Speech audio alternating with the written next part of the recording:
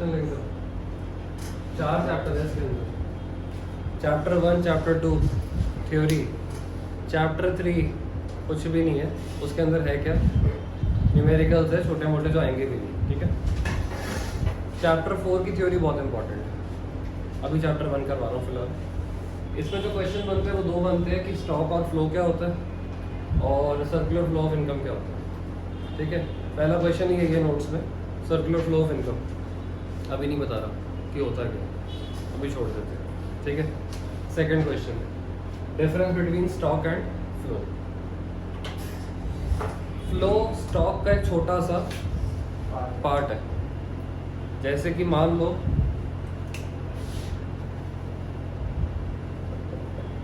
ये बाल्टी है, पानी भरना पड़ा है इसके अंदर, that is stock of water. Tap से पानी आ रहा है, फ्लो ऑफ वाटर। मनप्रीत, थोड़ा सा डिफरेंस क्लियर हुआ स्टॉक और फ्लो में? अच्छा,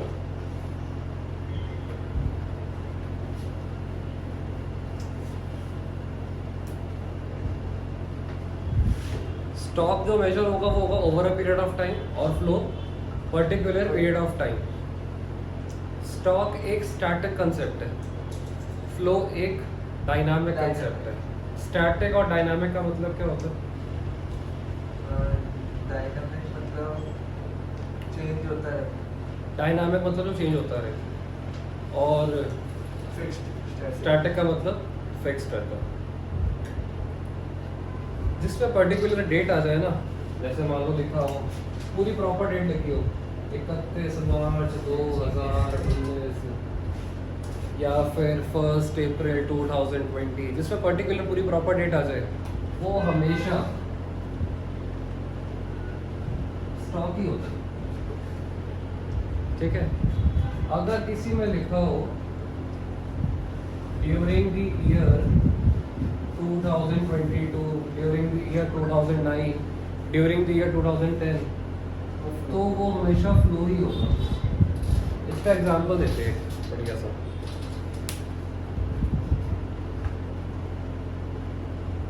number of cars produced in India till 31st March 2023,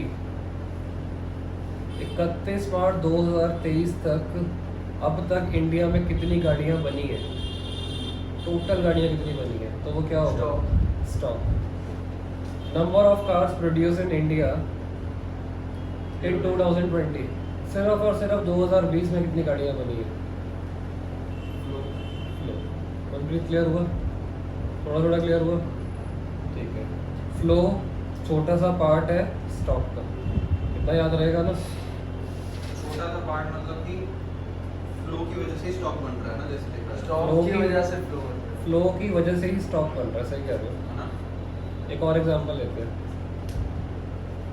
Manpreet नल्ला कुछ करता होता है नहीं, ठीक है, दिल पे मत लेना, पैसा बहुत है।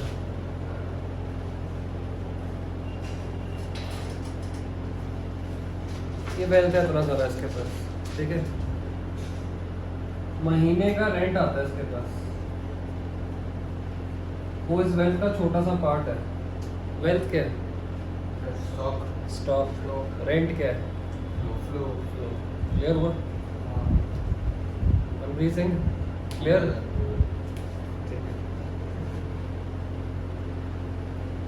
चलो कुछ क्वेश्चंस पूछते हैं। Amount of deposits as on 31st March 2018, production of cement in year 2018, flow, profit, stock flow, profit है flow. Population of India as on 31st March 2018,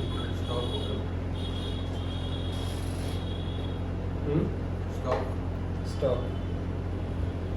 number of literate people as on 31st March 2018, stock. Savings, flow, wealth का छोटा सा part है savings. Losses, flow flow. National income of a country. Flow, income हमेशा wealth का छोटा सा part होता है।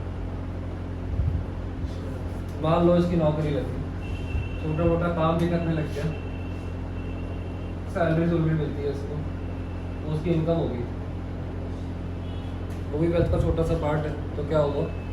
फ्लो। तो वेल्थ में क्या क्या चीजें इंक्लूड होती हैं? वेल्थ में ये सब आता है, जितना जहाँ से भी पैसा आ रहा है वो सब वेल्थ में आता तो है। नेशनल जितनी भी प्रॉपर्टीज वगैरह होती है, क्या जैसे इंडिया की नेशनल हर एक बंदे की इनकम को प्लस किया जाए तो नेशनल इनकम आती है। अगर नेशनल वेल्थ लिखा होता ना तो वो स्टॉक होता। तुम कमा रहे हो महीने का 50,000, 20,000, 30,000, 40,000, ऐसे हम सबकी इनकम को प्लस कर दे तो क्या आ जाएगी? नेशनल इनकम आ जाएगी। बट तुम्हारा वेल्थ कितना है? 2 करोड़। इसका वेल्थ कितना है? 1 करोड़। मेरा वेल्थ 50 लाख। अगर सबका वेल्थ प्लस किया जाए तो नेशनल वेल्थ आएगा, जो कि स्टॉक होगा। ठीक है, इनकम तो छोटा सा पार्ट है वेल्थ का, है ना? तो इनकम क्या होगा हमेशा? लो, balance in a bank account till date, अब तक कितना पैसा पड़ा हुआ है बैंक अकाउंट में? Stock. Raw material in godown on 31st January 2019, 31st March 2019 क्या हुआ? स्टॉक। यहाँ तो कोई डाउट? क्लियर है? No sir. स्टॉक फ्लो का कंसेप्ट यही था। Real flow, money flow. इससे पहले एक चीज ध्यान रखना, इकोनॉमी में सिर्फ और सिर्फ 2 सेक्टर है, एक हाउस होल्ड, एक फर्म। हाउस होल्ड हम लोग, फर्म्स जो गुड्स वगैरह बनाते हैं, ठीक है? रियल फ्लो और मनी फ्लो। रियल फ्लो में सिर्फ और सिर्फ गुड्स और सर्विसेज फ्लो करते हैं between firms and house hold. Money flow में पैसा फ्लो करेगा। यहाँ पे गुड्स सर्विसेज एक्सचेंज होते हैं, यहाँ पे मनी एक्सचेंज होता है। यहाँ पे डिफिकल्टी है एक्सचेंज में, क्योंकि जो एक्सचेंज चल रहा है किसके टर्म्स में चल रहा है? Goods and services. मान लो मनप्रीत है, दिहाड़ी मजदूर लेबर है, फैक्ट्री में काम कर रहा है, ठीक है? अब ये काम करेगा, फर्म इसको पे करना चाहती है, ठीक है? तो कैसे पे करेगी? गुड्स और सर्विसेज के टर्म में। मान लो इसने 8 घंटे का काम करा, फर्म ने बोल दिया ठीक है भाई 5 गुड्स ले जाओ, तो वो तुम्हारा रियल फ्लो में आ गया, ठीक है? लेकिन सबको मतलब होता है पैसे से, आज की डेट में तो पैसे ही चलता है, ठीक है? वो ज़्यादा बेटर है एक्सचेंज के लिए। इसने 8 घंटे काम करा, दिहाड़ी बनती है 500 रुपये, उसको 500 रुपये मिल जाएंगे, वो आ गया मनी फ्लो। कोई दिक्कत इसके अंदर? अभी पढ़ेंगे सर्कुलर फ्लो ऑफ इनकम, वो पूरा का पूरा इससे रिलेटेड है। एक्चुअल में होता क्या है, हाउस होल्ड जो होता है वो सर्विसेज प्रोवाइड करता है, लेबर सर्विसेज प्रोवाइड करी, उन सर्विसेज की हेल्प से फर्म क्या प्रोड्यूस करती है? पैसा। Goods and services, goods produce करती है, ठीक है? तो वो सब आपका रियल फ्लो में आएगा, ठीक है? सर्विसेज प्रोवाइड करने के लिए फर्म पेमेंट करती है, जैसे कि लेबर को क्या मिलती है? वेजेस, मनी फ्लो में आ गया, ठीक है? अब हमने हाउस होल्ड ने गुड्स खरीदने हैं तो हम लोग खर्चा करेंगे, उसको कौन सा एक्सपेंडिचर बोलेंगे? कंजम्पशन एक्सपेंडिचर, मनी फ्लो में आ गया। इतना क्लियर है? छोटा सा कंसेप्ट है। Next concept, circular flow of income. Paper में क्वेश्चन आएगा, explain circular flow of income in a 2 sector model. सिर्फ 2 सेक्टर की बात कर रहे हैं हम। कौन कौन से सेक्टर है वो? हाउस होल्ड और फर्म्स। हम मान के चलते हैं इकोनॉमी में किसी तरीके की कोई सेविंग्स नहीं हो रही, हाउस होल्ड जितने पैसे भी कमा रहा है सारे पैसों में क्या खरीद रहे हैं? गुड्स एंड सर्विसेज खरीद रहे हैं। फर्म के पास जो भी पैसा आ रहा है वो क्या कर रहे हैं? पेमेंट कर रहे हैं हाउस होल्ड, ठीक है? इसमें 2 लूप है, एक आउटर लूप है, एक इनर लूप है। आउटर लूप देखते हैं पहले। हाउस होल्ड ने फर्म्स को सर्विसेज प्रोवाइड करी in the form of land, labour, capital, entrepreneurship. उन सर्विसेज की हेल्प से फर्म ने क्या प्रोड्यूस करे? गुड्स। हाउस होल्ड ने फर्म्स को सर्विसेज प्रोवाइड करी, उनकी हेल्प से क्या प्रोड्यूस करे उन्होंने, गुड्स एंड सर्विसेज, जो कि वो किसको बेचेंगे, हाउस होल्ड को बेचेंगे। यहाँ पे पैसे की कोई बात नहीं हुई, तो आउटर लूप में कौन सा फ्लो है, रियल फ्लो है, मनी फ्लो है, रियल फ्लो है। अब बात करते हैं मनी फ्लो की। हाउस होल्ड ने फर्म को जो सर्विसेज प्रोवाइड करी, उसके लिए फर्म्स हाउस होल्ड को पेमेंट करेगा। लैंड के लिए रेंट, लेबर के लिए वेजेस, कैपिटल के लिए इंटरेस्ट, एंटरप्रेन्योरशिप के लिए प्रॉफिट। हाउस होल्ड के पास पैसा आ गया, ठीक है, उस पैसे से वो क्या खरीदेगा, गुड्स एंड सर्विसेज, खर्चा करेगा। उस खर्चे को क्या बोलेंगे, कंजम्पशन एक्सपेंडिचर। तो ये पूरा क्या है हमारा सर्कुलर फ्लो ऑफ इनकम। जो मैंने जो लोगों को हिंदी में समझाया ना, उसको इंग्लिश में ट्रांसलेट करके लिखना, और ये ज़रूर बना कर आना बढ़िया सा विद पेंसिल, और सेम ये वाली लेबलिंग, पूरे 4 नंबर मिलेंगे। सर अगर किसी की वैल्यू बढ़े तो उसका एडिटिव लिखेंगे। डिफरेंस लिखेंगे। डोमेस्टिक टेरिटरी, डोमेस्टिक टेरिटरी का कौन नाम क्या होता है, इकोनॉमिक टेरिटरी। ये भी एमसीक्यू में पूछ लेते हैं, ठीक है। डोमेस्टिक टेरिटरी का मतलब क्या होगा, इसमें सब है ना, anything within the geographical boundary of India is part of domestic territory of India। कोई भी चीज़ अगर इंडिया के अंदर है तो वो इंडिया की डोमेस्टिक टेरिटरी का पार्ट है, ठीक है।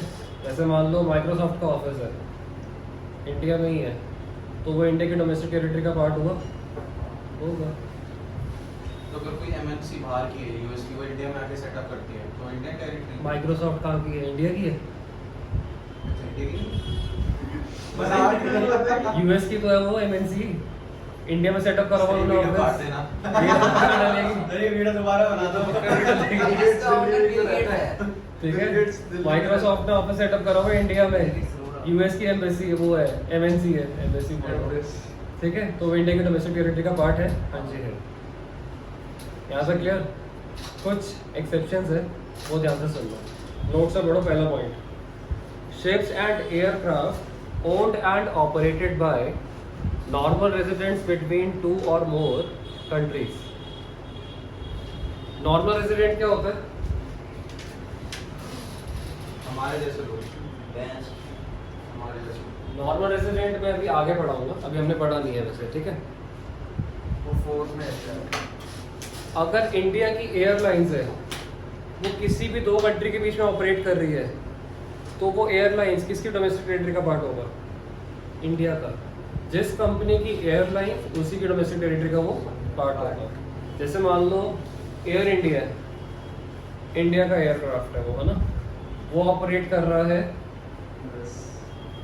यूएस टू यूके, तो वो एयरलाइंस किसकी डोमेस्टिक टेरिटरी का पार्ट होगा, इंडिया। ऐसे होता है वैसे। हाँ हाँ होता है, पागल थोड़ी ना बनाने वाले। सेकेंड पॉइंट, किसी भी ओशन वगैरह में जो भी जिस कंट्री का फिशरमैन बोटिंग वो कर रहा है, फिशिंग वगैरह कर रहा है, वो वहीं की डोमेस्टिक टेरिटरी का पार्ट होगा। जैसे मान लो पैसिफिक ओशन में एक इंडियन फिशरमैन है, वो बोटिंग कर रहा है, ठीक है, तो वो किसकी डोमेस्टिक टेरिटरी का पार्ट होगा, इंडिया का। वो बंदा अमेरिका का है, तो किसकी डोमेस्टिक टेरिटरी का पार्ट, अमेरिका। ये 2 पॉइंट्स हो गए स्टार्टिंग के। थर्ड देखते हैं,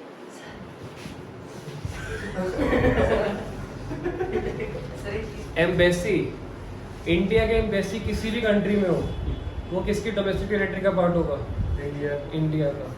example, Indian embassy in US, तो वो इंडियन एम्बेसी किसकी डोमेस्टिक टेरिटरी का पार्ट होगा, इंडिया का। Indian embassy in Russia, India. Russian embassy in India, Russia की डोमेस्टिक टेरिटरी का पार्ट होता है। मनप्रीत, इतनी चीज़ें क्लियर है, कोई दिक्कत नहीं, ठीक है।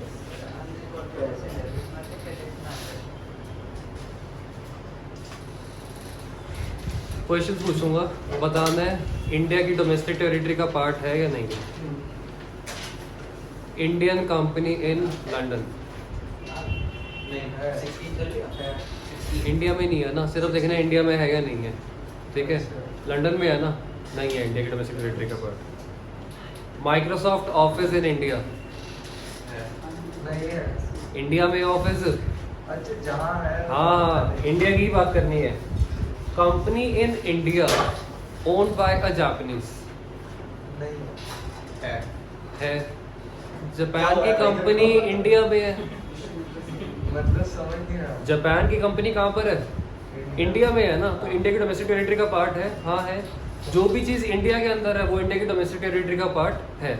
कुछ एक्सेप्शंस है वो मैंने बता दिए तो थे। ओन्ड बाय इंडिया मतलब वो तो ओन्ड बाय जापान बोला ना। तो हमें क्या मतलब, कंपनी इंडिया में है ना, तो वो कंपनी इंडिया की डोमेस्टिक टेरिटरी का पार्ट है, क्योंकि वो इंडिया में लाई कर रही है। Office of Reliance industries in New York, हाँ, नहीं है। Branch of foreign bank in India, है। है। इंडियन एम्बेसी इन जापान, नहीं है। हाँ, Indian embassy. Russian embassy in India, नहीं है। Tata rented it's building to Google in America, नहीं है। नहीं है। यहाँ तक क्लियर? कोई दिक्कत डोमेस्टिक टेरिटरी में? नेक्स्ट टॉपिक है नॉर्मल रेजिडेंट।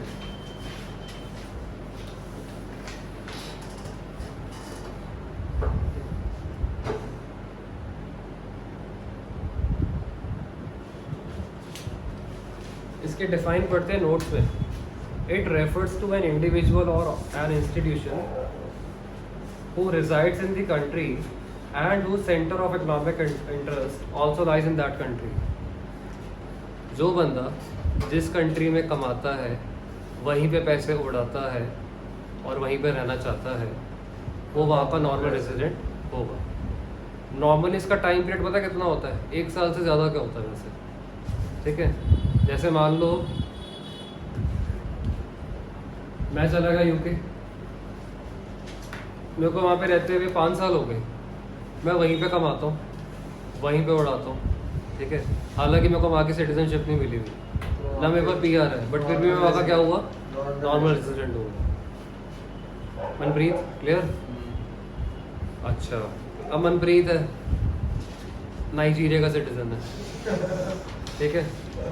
पॉलिटिशियन का बेटा, पैसा ही बहुत है, इंडिया आया है घूमने फिरने मौज मस्ती करने। 1 साल से कम ही टाइम पीरियड हुआ इसको, 10 महीने हो गए यहाँ पे रहते हुए। कमाता तो मतलब कुछ नहीं है, बाप के पैसे में मौज करना, यहीं पे पैसे वैसे उड़ाने, घूमना फिरना। तो ये यहाँ का इंडिया का नॉर्मल रेजिडेंट हुआ? नहीं हुआ, क्योंकि इसका इकोनॉमिक इंटरेस्ट क्या नहीं है, यहाँ कमा थोड़ी ना रहे, उड़ा रहे, ठीक है हम मानते हैं, लेकिन यहाँ थोड़ी ना कमा रहे। वो नेशनल इनकम में वो नहीं हो रहा। हाँ, एक तरीके की ट्रांसफरमेंट होगी, तो ये इंक्लूड, ये नॉर्मल रेजिडेंट नहीं होगा इंडिया का। क्लियर है यहाँ तक? यस। ठीक है। अब हम देखते हैं कौन कौन सी चीज़ें नॉर्मल रेजिडेंट पे नहीं आती। एक तो ये वाला एग्जांपल हो गया, मनप्रीत वाला, घूमने फिरने आया, कोई मेडिकल इमरजेंसी की वजह से इंडिया में ट्रीटमेंट करवाने आया है 2 महीने 4 महीने 5 महीने के लिए, वो यहाँ का नॉर्मल रेजिडेंट हुआ?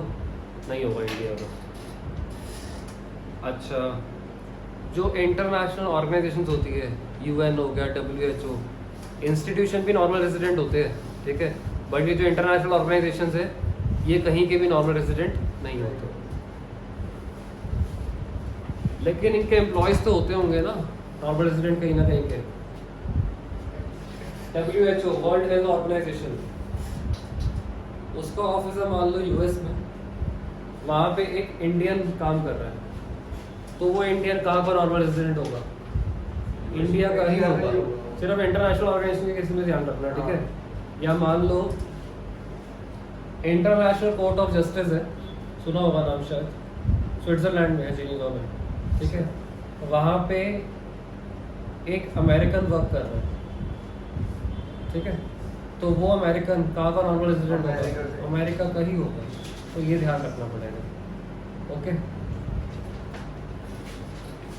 5th point, very very important, मेरा फेवरेट है। वेस्ट बंगाल के पास क्या पड़ता है? बांग्लादेश, है ना। और हाँ, बांग्लादेश ही लेते हैं। मनप्रीत बांग्लादेशी, ठीक है। बांग्लादेश पंजाब भी होशियार है। गरीब कंट्री है, पैसा तो है नहीं। वेस्ट बंगाल इंडिया में आता है, पैसा है ही। रोज बॉर्डर टाप के वेस्ट बंगाल आता है, वहाँ काम धंधा करता है, फिर वापस चला जाता है बांग्लादेश, फिर अगले दिन फिर आएगा, फिर वापस चला जाएगा। रोज बॉर्डर टापता है, नाश्ता रहता है रोज, ठीक है। तो ये नॉर्मल रेसिडेंट कहाँ का होगा? बांग्लादेश में। बांग्लादेश का होगा, एक्सेप्शन है ये।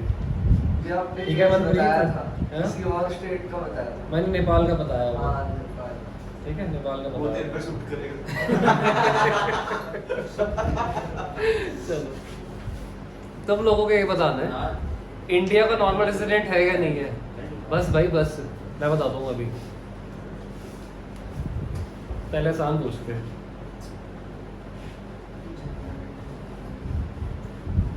Japanese tourist who stays in India for 2 months. No. No.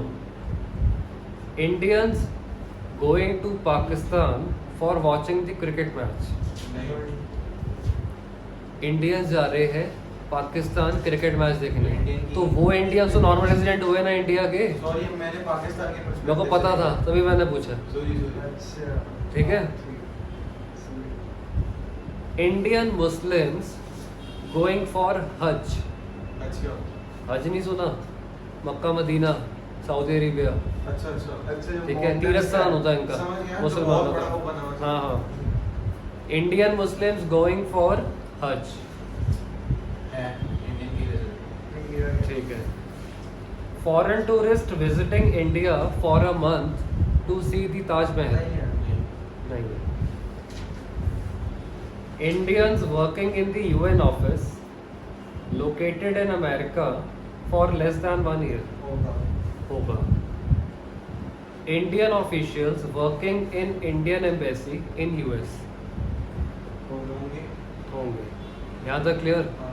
Normal resident का कंसेप्ट खत्म हो गया, ठीक है। नेक्स्ट डिफरेंस है फैक्टर इनकम ट्रांसफर इनकम में। फैक्टर इनकम कौन सी इनकम होती है? जो कमाई जाती है। हाँ। आपने काम करा, आपको पैसे मिले, कौन सी इनकम? Factor income. जैसे मैं हूँ, पढ़ा रहा हूँ, पैसे मिल रहे हैं, तो कौन सी इनकम होगी? Factor income. Transfer income one sided transfer होता है, ठीक है। काम धंधा कुछ कर नहीं रहे लेकिन पैसे मिल रहे हैं। एग्जाम्पल, मनप्रीत के पापा यूएस रहते हैं, वहाँ से पैसा। ठीक है। ये अल्लाह बैठा है सुभाष नगरी, ठीक है। बाहर से पैसे आ रहे हैं, मौज कर रहे हैं, यहाँ गाड़ी गुड़ियों पे घूम रहे हैं, तो ये कौन सी इनकम है? ट्रांसफर। ट्रांसफर इनकम है, ठीक है। बिना कुछ किए कराए पैसे आ रहे हैं। अच्छा, factor income national income domestic income दोनों में इंक्लूड होगा। मेहनत के पैसे है ना, हाँ, और इसके पैसे वो नहीं होंगे। वो नहीं होंगे, ठीक है। वो आएगा। फैक्टर इनकम अर्निंग कंसेप्ट है, मेहनत करके पैसा आ रहा है, और ये रिसिप्ट है, बिना कुछ किए कराए पैसे आ रहे हैं, ठीक है। सॉरी सर, दे दूंगा फीस। यहाँ तक क्लियर है डिफरेंस? नेक्स्ट वाला भी समझा देते हैं। Final goods, intermediate goods. जो गुड्स आप फाइनल कंजम्पशन के लिए यूज करते हो या इन्वेस्टमेंट पर्पस के लिए यूज करते हो, वो कौन से गुड्स होते हैं? Final. Final goods. Intermediate goods कौन से होते हैं? जो फर्दर प्रोडक्शन में यूज होते हैं, जैसे कि रॉ मटेरियल, या फिर जो रीसेल के लिए यूज होते हैं, वो इंटरमीडिएट गुड्स होंगे, ठीक है। फाइनल गुड्स इंक्लूड होंगे नेशनल डोमेस्टिक इनकम में, हाँ। इंटरमीडिएट गुड्स नहीं होंगे। इसका रीजन आगे पता भी चल जाएगा तुम लोगों को। इंटरमीडिएट गुड्स प्रोडक्शन बाउंड्री के अंडर होते हैं, और फाइनल गुड्स सारे स्टेजेस क्रॉस कर चुके होते हैं। अब मैं क्वेश्चन पूछूंगा, इंटरमीडिएट गुड है या फाइनल गुड है, तुम लोगों ने बताना with reason.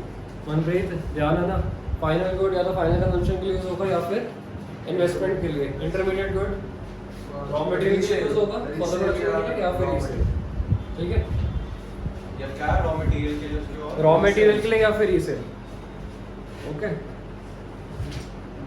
Paper purchase by a publisher, intermediate.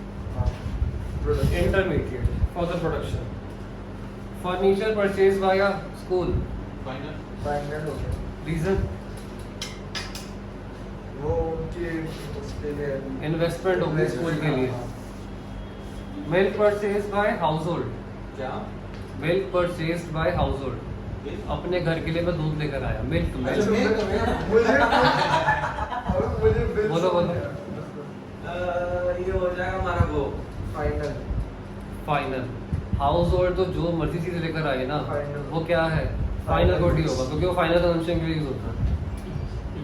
Purchase of rice by a grocery shop, purchase of rice by intermediate. Intermediate. Reason raw material नहीं, अब रीसेल है। रीसेल है। आया समझ में?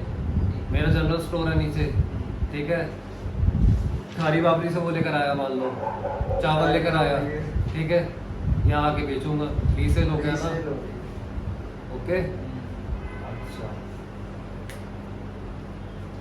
कोल used by manufacturing firms, intermediate intermediate. Reason further production good. Computer installed in an office, ये हमारा हो ये जाएगा फाइनल गुड्स होते हैं। Reason investment investment. Mobile sets purchased by a mobile dealer, by mobile dealer. Intermediate. Intermediate reason Resale। Good. Fertilisers used by the farmers, intermediate. Further production है ना।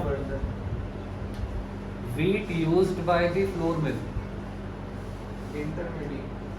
Floor mill समझ रहे हो ना भाई, फ्लोर मोमोज समझना, चक्की वाले की बात करो। हाँ, इस बार पिछली बार तुम लोग नहीं फ्लोर समझे समझ थे। गए थे पिछली बार, वो आपने शायद वीट नहीं बोला था। वीट बोला था यार, वीड बोल दिया होगा वीट तो नहीं बोला था मैंने। हाँ इंटरमीडिएट हो गया रॉ मटेरियल। ठीक है। Refrigerator installed by a firm, final Investment। Investment. Sugar used by a sweet shop, by Intermediate। Intermediate. Reason for the production. Printer purchase by a lawyer, final final. Reason वो है ना investment. Investment. Sir एक चीज पूछूं? यहाँ तक clear? Sir एक चीज पूछूं? यस।